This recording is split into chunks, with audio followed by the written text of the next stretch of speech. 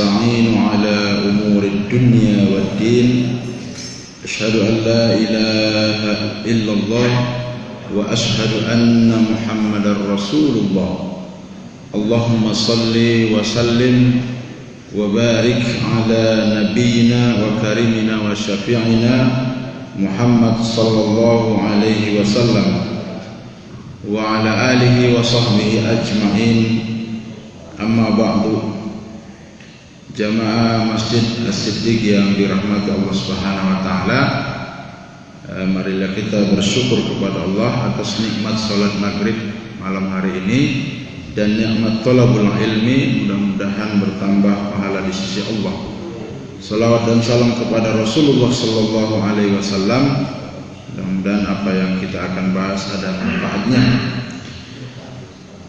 Bapak yang dirahmati Allah Subhanahu wa taala, kalau di dalam flyer yang dibuat kemarin oleh panitia itu Nashihul Ibad, ya, nasihat-nasihat dari Rasulullah SAW yang kita bahas di dalam kitab, memang namanya Nashihul Ibad.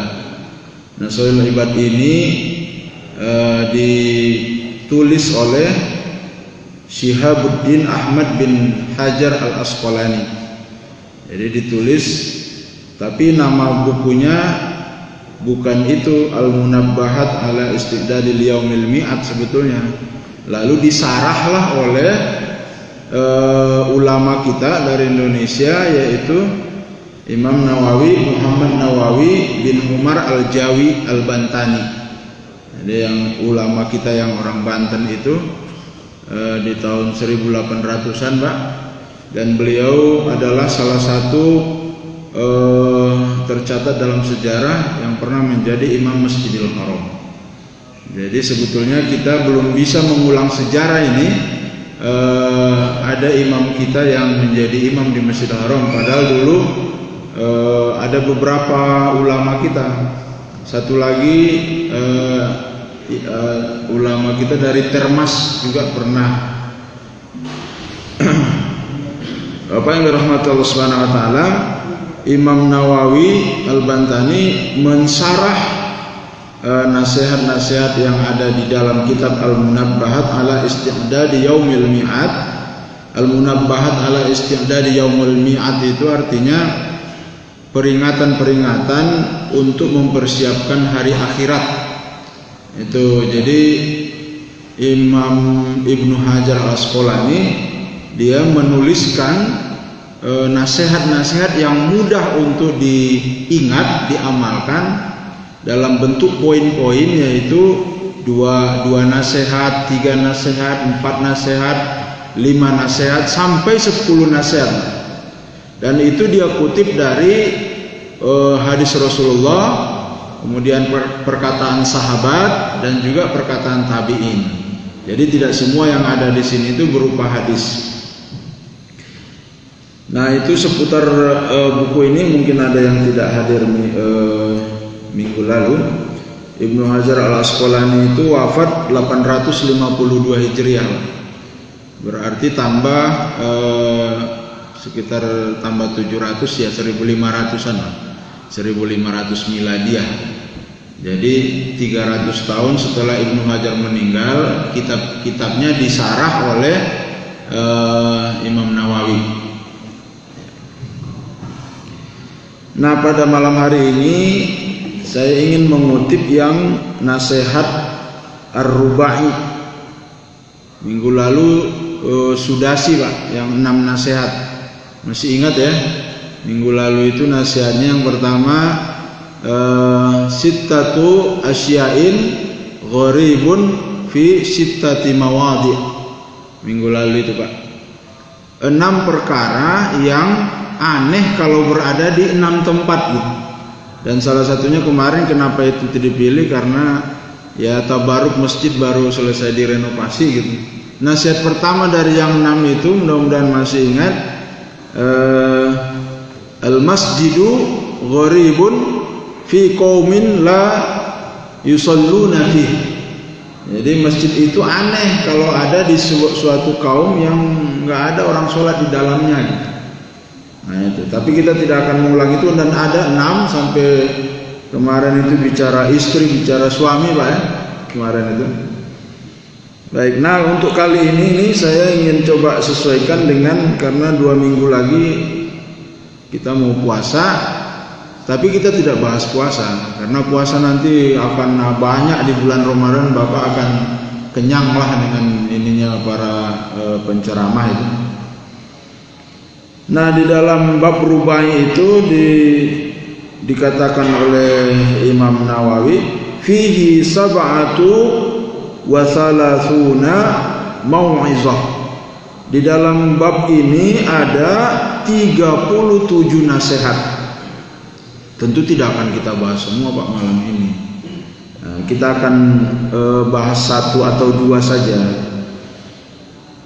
Thamaniyatu akhbarin wal baqi athar. 8 di antara yang 37 itu diambil dari hadis Nabi. Sisanya berupa athar, baik perkataan tabi'in maupun sahabat. Kita masuk saja ke al-maqalatul ula. Nah, jadi begitu supaya dia poin per poin Pak Ibnu Hajar itu membuatnya. Jadi nasihat pertama, ruwiya an Rasulillah sallallahu alaihi wasallam annahu qala li Abi Dzar al-Ghifari radhiyallahu anhu, ya Aba Dzar jaddidis safinata fa innal bahra amiqun. Jadi diriwayatkan dari Rasulullah. Nah ini tadi saya coba teliti hadis ini, katakan di sini diriwayatkan dari Rasulullah SAW. Saya coba teliti, ternyata hadis ini tidak ada di dalam kitab yang 9. Tidak ada yang dalam kitab 9. Nampaknya ini adalah asar. Jadi asar itu perkataan tabi'in. Jadi tapi tabi'in itu Pak, menurut Imam Malik kan dia tabi'in. Imam Malik ayahnya Anas bin Malik yang sahabat. Imam Malik itu mengatakan perkataan sahabat itu sama seperti hadis. Maka mungkin pasti orang-orang ini itu mengambil dari intisari-intisari yang disampaikan oleh Rasulullah. Demikian. Nah maka dalam pencarian penelusuran yang saya lakukan itu ini tidak ada di dalam kutubut tis'ah. Di Bukhari tidak ada, di Muslim tidak ada, di Nasai tidak ada, di Tirmizi tidak ada, Abu Daud, kemudian Ibnu Majah, kemudian Imam Ahmad dan Malik dan seterusnya tidak ada. Nah itu saya bacakan dulu ininya. Itu yang pertama, wa khuziz zada kamilan fa inna safara ba'idun. Jadi yang pertama tadi kata Rasulullah, katanya itu menasehati Abu Dzar al-Ghifari, wahai Abu Dzar, perbaharuilah perahumu karena lautan itu, samudra itu sangat dalam. Jadi dia bilang pakai perahu yang baru supaya tidak mudah tenggelam di samudra. Kemudian dia bilang wa khuziz zad kamilan fa inna safara ba'idun. Lalu ada kasudun. Kemudian kurangi beban-beban dunia, sesungguhnya itu akan menyusahkan. Dan yang keempat nasihatnya, ini kan nasihatnya 4 poin. Wa akhlisil amala fa innan naqada basirun. Kata Imam Nawawi atau kata Ibnu Hajar, dan ikhlaskanlah dalam beramal, ikhlaslah dalam beramal. Kayak Departemen Agama ya, ikhlas beramal. Ikhlaslah dalam beramal, sesungguhnya Allah itu Maha melihat, bahkan lebih hebat dari CCTV lah. Jadi itu nasihatnya. Nanti Pak, ini ada hadis yang sahih, itu yang akan kita soroti nanti Pak, supaya jadi oleh-oleh dari malam hari ini. Jadi kalau saya simpulkan, pertama kata Ibnu Hajar kepada Abi Dzar itu, wahai Abu Dzar, pertama kamu persiapkan kapal yang baru, yang bagus, karena lautan itu sangat luas. Ini maksudnya adalah ahsinin niyah, perbaiki niat sehebat mungkin. Nah sekarang, dulu udah pernah kita bahas Pak, niat yang hebat itu adalah, kan ada hadisnya tuh, innamal a'malu binniyat, sesungguhnya semua pekerjaan itu harus pakai niat, dengan niat. Dulu saya jelasin tuh, kalau orang kan menerjemahnya, sesungguhnya semua amal itu tergantung niatnya, kan begitu. Innama likulli imri'in nawa, baru itu artinya itu Pak. Sesungguhnya setiap orang itu tergantung niatnya, bukan pekerjaannya, tetapi orangnya. Jadi ini ada orang, ini ada niat. Maka yang tergantung niatnya itu orangnya. Tetapi amal itu menurut hadis itu harus pakai niat, gitu. Harus pakai niat, nggak boleh nggak pakai niat. Karena akan tersesat itu kalau tidak pakai niat. Saking pentingnya memperbaiki niat, fi kulli ma ta'ti wa tazaru liyahsul lakal ajr wan najah. Jadi pentingnya niat itu, kata Imam Ibnu Hajar, itu untuk mencapai hasil yang maksimal gitu. Kalau di dunia kerja sekarang itu motivasi Pak, motivasi. Jadi sehebat apa motivasi Anda untuk mensukseskan pekerjaan ini? Itu sering itu ditanyakan oleh marketing, oleh manajer, oleh oleh presdir dan sebagainya, atau kepala sekolah kepada guru-gurunya itu. Maka niat itu menjadi motivasi yang menjadi ukuran gitu untuk keberhasilan sebuah pekerjaan. Saking pentingnya, maka Umar bin Khattab itu menulis surat kepada Abi Musa al-Ash'ari. Nah di situ dia mengatakan, man khalasat niyyatuhu kafahullahu ma bainahu wa bainan nas. Dia menulis surat, Umar bin Khattab itu, karena hadis tentang ini Pak, hadis innamal a'malu binniyat itu periwayatnya Umar bin Khattab itu. Jadi dia dalam menjelaskan niat itu, dia bilang dia pernah menulis surat kepada Abu Musa al-Ash'ari. Abu Musa al-Ash'ari ini seorang sahabat yang jago ngaji. Dia mengatakan, siapa yang niatnya itu ikhlas, maka Allah akan mencukupkan urusannya dengan orang-orang. Jadi artinya siapa yang kuat dan bagus niatnya, nanti urusannya itu Allah bantu, Allah cukupkan. Dan memang betul itu Pak, niat yang kuat itu. Contoh ini aja, sering beberapa ustadz memberi contoh itu. Maling aja kalau udah niat kepepet dikejar orang Pak, tembok 2 meter jadi itu. Kalau dalam kepepet gitu, itu kan sedang tinggi-tingginya niat itu. Tekad. Maka niat itu sebetulnya kalau di dalam Al-Quran, faidza azamta fatawakkal 'ala Allah. Jadi azam itu tekad Pak. Tekad, saya harus. Makanya saya kalau ke mahasiswa selalu bilang, jangan pernah bilang tidak. Jangan pernah bilang tidak. Bilang saja saya bisa, saya pasti bisa, saya harus bisa. Nah itu sebetulnya kalimat-kalimat yang mencerminkan niat, membangun tekad yang kuat terhadap niat. Maka ini nanti amalan apapun yang kita lakukan itu lebih bermanfaat,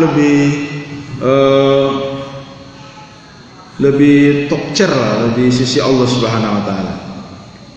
Kemudian cucunya Umar bin Khattab juga pernah menekankan hal ini. Wa kataba Salim bin Abdullah bin Umar bin Khattab ila Umar bin Abdul Aziz radhiyallahu anhum, "I'lam ya Umar anna 'aunullahi lil 'abdi biqadri niyyati." Jadi surat dari Salim bin Abdullah ini, dia menulis surat kepada Umar bin Abdul Aziz. Bapak tahu ya Umar bin Abdul Aziz? Tahu Pak ya? Umar bin Abdul Aziz itu khalifah yang hidup di tahun awal abad kedua Hijriah. Awal abad kedua Hijriah itu sekitar berapa ya? Tahun 800-900-an. Tahun 900-an Masehi. Majapahit belum ada itu. Kalau tahun 900, Majapahit kan 1200 Masehi. Sekitar dia 900 Masehi, awal-awalnya itu masih di Indonesia, masih dunia yang sangat kerajaan dulu lah, awal-awal kerajaan sebelum kerajaan. Jadi dia bilang, ketahuilah wahai Umar bin Abdul Aziz. Umar bin Abdul Aziz Pak, ini yang sering diceritain dikutip dalam cerita orang-orang soleh Pak. Umar bin Abdul Aziz itu adalah orang yang khalifah yang sangat sederhana, adil, jujur. Yang diceritain tuh dia membaca pakai petromak, nggak mau pakai fasilitas kantor yang itu. Jadi Umar bin Abdul Aziz sangkin waraknya, sangkin takutnya menyalahgunakan fasilitas negara.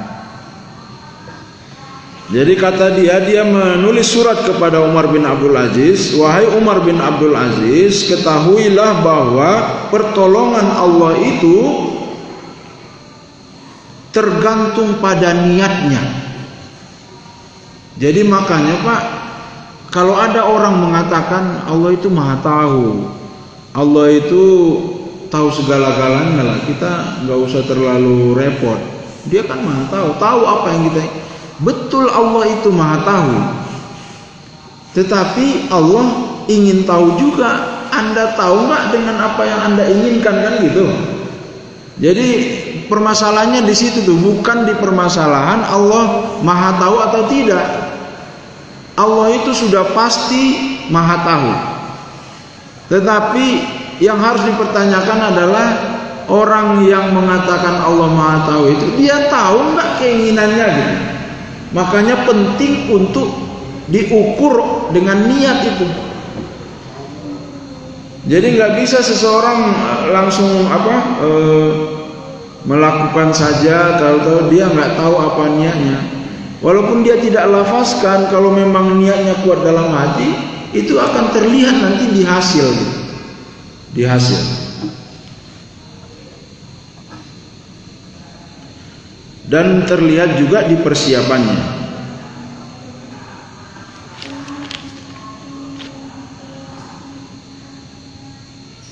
Dan kata dia, wa man naqasat niyyatuhu naqasa anhu aunullahi biqadri dzalik. Dan siapa yang niatnya lemah, kurang, maka Allah kurangi bantuannya Pak. Allah kurangi bantuannya sesuai dengan pengurangan niatnya tadi. Jadi artinya kalau umpamanya kita berniat sudah kuat, tiba-tiba kita kendorkan, maka wajar saja kendor juga itu hasilnya, bantuan dari Allah.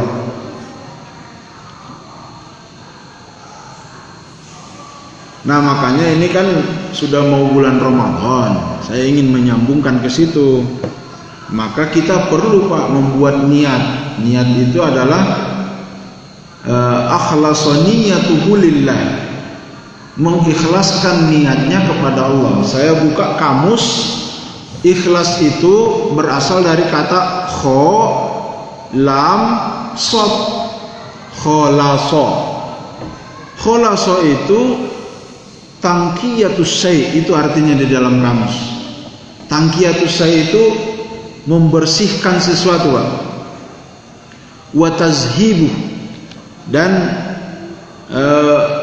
menghilangkan yang tidak penting. Jadi ikhlas itu secara bahasa kamus memang mengosongkan. Jadi sederhananya niat itu kita ngosongin, Pak, ngosongin semua karena kecuali tinggalkan di dalamnya karena Allahnya. Nah, makanya disebut orang yang nanti perbuatannya sangat karena Allah itu ikhlas karena Allah. Bagaimana ciri-ciri orang yang ikhlas? Jadi apa yang dia lakukan itu semata-mata karena Allah. Tandanya gimana, Ustaz? Tandanya adalah dia melakukannya berdasarkan perintah syariat. Dia melakukannya karena tahu bahwa Allah suka dengan pekerjaan itu. Gitu, Pak. Susah juga ya. Ya memang tipis-tipis itu ininya, irisannya. Nah, dulu kita pernah bahas, kalau masih ingat, saya pernah mengatakan untuk melatih ikhlas itu caranya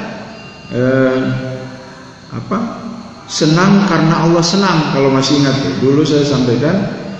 Jadi artinya kalau kita melakukan sesuatu dengan senang hati, nah senang hatinya itu harus karena mengetahui Allah senang itu dilakukan gitu. Jadi pastikan, Pak, tanyakan kepada hati kita, ini saya melakukan ini kan karena saya udah tahu belum Allah senang kalau saya lakukan ini, perbuatan ini Allah senangi enggak? Nah, saya kalau melihat mengartikan ikhlas itu definisi operasionalnya begitu. Maka umpamanya saya sholat rawatib, saya puasa Senin Kamis, itu karena Allah senang hambanya melakukan itu. Saya ketemu Ustadz Makmur, saya assalamualaikum, bukan karena Pak Makmur teman saya semata, tapi karena saya tahu kalau saya memberi salam ke Ustadz Makmur karena Allah suka dengan seorang muslim memberi salam gitu. Kemudian saya memperbaiki ibadah saya memperbaiki bacaan Quran saya karena Allah senang orang yang ibadahnya bagus gitu. Maka kalau minggu lalu bahasan kita mulai dari kemarin kita sudah mulai lari supaya nanti di bulan Ramadan luar biasa. Salah satunya itu tadi, ibadahnya itu mulai dirapi-rapikan sesuai dengan apa yang maksimal. Nanti boleh kita ngobrol lagi tentang niat itu. Yang jelas yang saya rasakan itu punten, ketika kita berniat dengan kuat dan ikhlas atau melibatkan Allah Subhanahu wa taala, memang pertolongan itu cepat sekali datang. Saya pernah cerita di sini tahun 2019 itu ada om saya yang saya antar nyupirin dia itu yang pernah saya nyupirin om saya ke Pekanbaru. Ternyata pertolongan Allah menyertai perjalanan itu. Begitu sampai di Pekanbaru, 40 km menjelang Pekanbaru, datang telepon dari kampung di Padang Sidimpuan. Itu papa saya masuk rumah sakit. Tadinya saya sampai Pekanbaru terbang langsung Bandung, akhirnya langsung ke kampung. 4 hari kemudian papa saya meninggal. Artinya ya Allah, ini pertolongan Allah ini. Karena niat ngebantuin, padahal saya izin kerja loh itu untuk nyupirin om saya itu. Karena dia takut sekali, karena dia sudah pensiun, harus pindah dari Jakarta ke Medan. Tidak ada yang bantuin dia dan sangat ingin sekali saya yang menemani nyupirin mobil itu gitu. Nah, dengan bismillah dan niat yang kuat saya izin dari kantor, dan itulah pertolongan Allah. Dipaskan, Pak. Kalau saya bilang tuh, ini saya seperti asrobi abdihi gitu, Pak. Seperti diperjalankan, Pak. Diperjalankanlah saya supaya mendekat-dekat, kamu silakan mendekat ke kampung, bapak kamu 2 hari lagi sakit, kayak gitu. Kan berangkatnya 2 hari sebelumnya ke Pekanbaru tuh 2 hari 2 malam. Dan 2 hari sebelumnya papa saya masih ke kebun, masih nyangkul. Nyampe Pekanbaru, telepon itu datang, ya saya nggak jadi pulang ke Bandung, langsung saja ke kampung. Semua orang terkejut di kampung itu. Ini anak, ayahnya baru masuk rumah sakit tadi malam, tinggal di Bandung, udah di sini aja pagi harinya gitu. Padahal tahu sendiri kalau dari Bandung ke sana itu mendaratnya kan kalau nggak Padang, Pekanbaru, Medan. Ketiga tempat itu ke rumah saya itu 12 jam perjalanan. Dan tidak mungkin tadi malam kabarnya sakit lalu saya paginya nyampe di situ, harusnya itu. Nah, itulah saya bilang Allah membantu, mempaskan gitu. Dan kalau kita ingat-ingat ceritanya bahwa perjalanan itu sebetulnya 2 hari sebelumnya, tapi mundur karena ada karena ada halangan, jadi diundurlah. Ternyata hikmahnya itu supaya pas. Maka Bapak sekalian, dengan menghadirkan Allah dalam niat kita, benar kata Salim bin Abdullah bin Umar bin Khattab, nanti pertolongan Allah akan berpihak kepada kita. Kalau saya merasakan itu contohnya yang di kejadian itu, anna aunallahi lil 'abdi biqadri niyati, bahwa bantuan Allah terhadap seseorang itu akan disesuaikan oleh Allah dengan kadar niatnya, kadar motivasinya. Ada hare-hare mah tuh hasil lagi hare-hare gitu. Dawayahna paling ada kok kejadian yang kerjaannya hari-hari dapatnya bagus, iya, tapi 1 banding berapa itu? 1 banding 1.000.000 mungkin. Bapak yang dirahmati Allah Subhanahu wa taala, yang kedua nasihatnya adalah persiapkan bekal. Wa khuziz zada kamilan fa inna safara ba'idun. Persiapkan perbekalan karena perjalanannya sangat jauh. Perjalanan di dunia mah sebentar, untuk menuju akhiratnya itu Pak yang lama. Kan sudah sering juga dijelaskan bahwa perbandingan dunia dan akhirat itu 1000 tahun kan. 1000 tahun 1 hari di akhirat, 1000 tahun di dunia. Jadi di sini disebutkan kalau kita bekalnya pas-pasan, bekalnya kurang, di sini dikatakan fi ghayatit ta'bi, insya Allah di alam kubur, di padang mahsyar capek luar biasa.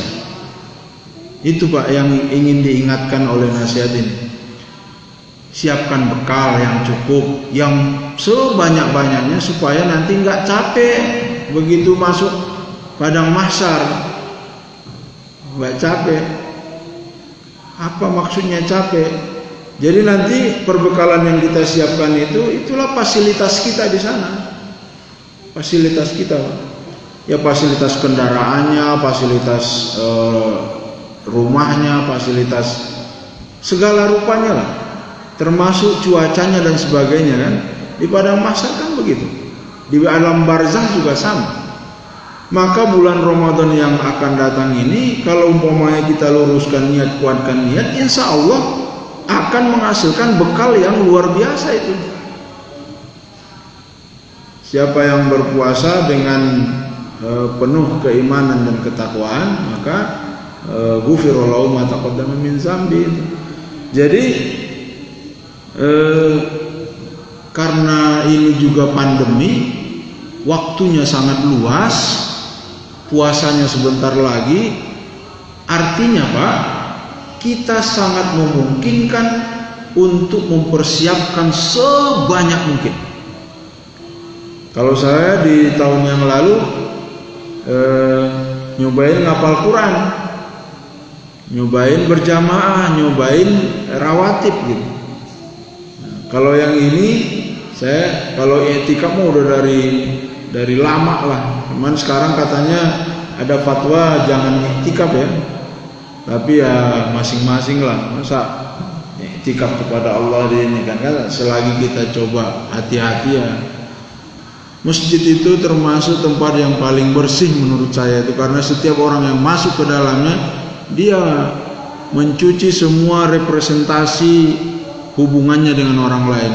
Kita kan bersentuhan, berinteraksi dengan orang itu mulut, mata, tangan, kaki, dan memang itu yang dibasuh. Jadi sangat bersih lah, sangat bersih menurut saya. Apalagi kalau wudhunya itu dibaringi dengan sunnah-sunnahnya yang pernah saya sampaikan dulu itu takhlil wal istinsak. Istinsak itu banyak sekali Pak yang sudah kita coba itu menyembuhkan flu-nya itu. Jadi flu-nya yang harusnya sangat berat jadi tidak berat. Istinsak sampai ke sini. Kemudian takhlil digosok jari-jarinya. Saya sudah coba, biasanya kaki kita itu paling bau itu yang di kelingking. Ternyata takhlil itu menghilangkan itu Pak, menghilangkan ada apa namanya, ada zat enzim yang keluar setiap berapa jam sekali dari sela-sela jari kita, dan itu kalau dialiri air saja justru menjadi bau. Karena enzim yang mati itu bercampur dengan air, dia membusuk Pak, memfermentasi. Tetapi kalau digosok maka dia akan hanyut beserta air. Dan itulah jadi terbuka ruang baru bagi enzim baru gitu. Ini kata orang biologi di kampus. Nah kalau saya bilang saya curiga nih takhlil yang kan hadis mengatakan gitu, wa khallil bainal asabi, dan sela-selalah jari tanganmu dan kakimu. Menyela-nyelanya ini ternyata di ilmu biologi seperti itu. Azan belum ya? Baik, kemudian itu yang kedua ya. Jadi artinya Ramadan dan seterusnya dengan nasihat ini ingin mengatakan siapkan bekal.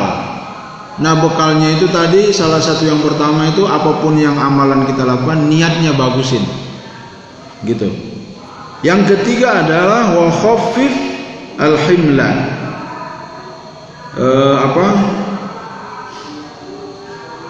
kurangi beban dunia. Nah ini mah sudah gampang lah kita memahaminya. Kurangi beban dunia itu fa innal aqobata kanuzun, ya sesungguhnya beban dunia itu memberat-beratkan Pak. Nah ini artinya jangan terlalu sibuk dengan dunia. Yang keempat, wa akhlisil amal fa innan nakida basirun. Nah ini dan ikhlas beramallah, atau departemen agama ya, ikhlas beramallah atau tuluslah dalam beramal, sesungguhnya Allah itu maha melihat. Jadi artinya terkadang itu Pak, kita itu pabaliut gitu, bertukar antara seolah-olah yang kita lakukan ini baik padahal jelek, seolah-olah yang kita lakukan itu buruk padahal bagus gitu. Maka penting sekali dia ingin menasihati kita al-mu'tabirul mumayyizu bainal hasan wal qabh wa huwa Allah taala. Yang paling bisa menunjuki orang untuk bisa membedakan yang baik dan buruk hanya Allah. Maka tanya Allah. Bagaimana cara menanya Allah? Al-Quran dan hadis. Al-Quran dan hadis oleh para ulama juga, oleh buku dan seterusnya. Maka di sini ada sebuah hadis, akhlisil amal yajazika minkal qalil. Ini ada jaminannya. Enggak apa-apa, sambung bentar ya. Tanggung ini. Ada hadis ini, inilah yang saya bilang di awal tadi. Hadis ini yang saya teliti tadi, bahwa hadis ini sahih. Ini yang menjadi oleh-olehnya. Akhlisil amal yajazika minhu al-qalil. Boleh kita baca sama-sama nggak Pak? Bentar aja biar pada dapat gitu. Saya dulu ya. Akhlisil amal. Silakan. Sekali lagi, akhlisil amal yajazika minhul qalil. Ya. Jadi ikhlaslah dalam melakukan apapun, nanti akan mendapat akan mendapat hasil walaupun kerjaannya sedikit. Jadi maknanya adalah apa? Ada kan orang dia kerjanya cuman, ada orang kerja itu udah seharian itu hasilnya cuman sedikit gitu. Tapi ada orang kerjanya cuman sejam beres. Nah, ada orang nulis Pak 2-3 hari nggak selesai makalahnya. Ada orang nulis baru duduk 1 jam selesai makalahnya. Itu maksudnya hadis ini. Ikhlaslah, artinya libatkanlah Allah ketika beramal, nanti cuman sedikit kerjaannya itu sudah cukup gitu, sudah selesai. Jadi Allah ringankan prosesnya gitu.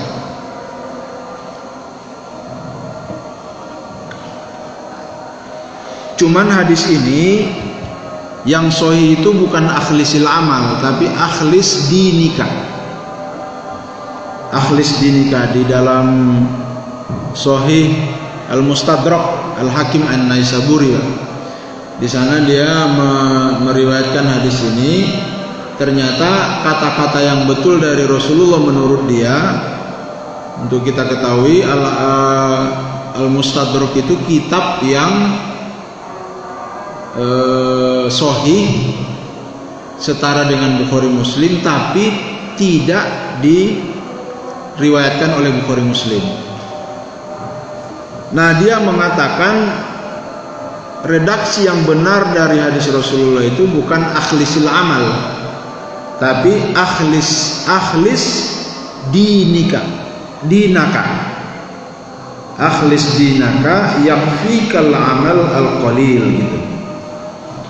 Itu jadi inti dari hadis ini supaya dapat nanti Pak. Karena kalau Bapak lakukan ini pekerjaannya jadi lebih enteng gitu. Jadi ikhlaslah beramal atau libatkanlah Allah dalam beramal, nanti Allah mudahkan kerjaannya. Jadi kerjaannya sedikit cepat selesai.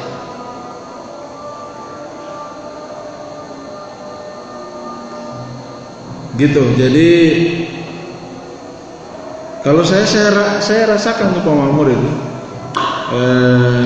istri saya sering, maka kunci untuk bekerja secara taktis nanti Ramadan, untuk beribadah secara taktis ini akhlis dinaka, kerjakan atau kerjakan agamamu dengan cara ikhlas atau dengan cara melibatkan Allah dengan sepenuh-penuhnya, nanti itu amal yang dikit hasilnya banyak gitu. Saya kira itu saja yang kita sampaikan hari ini tuh. Mudah-mudahan ada manfaatnya.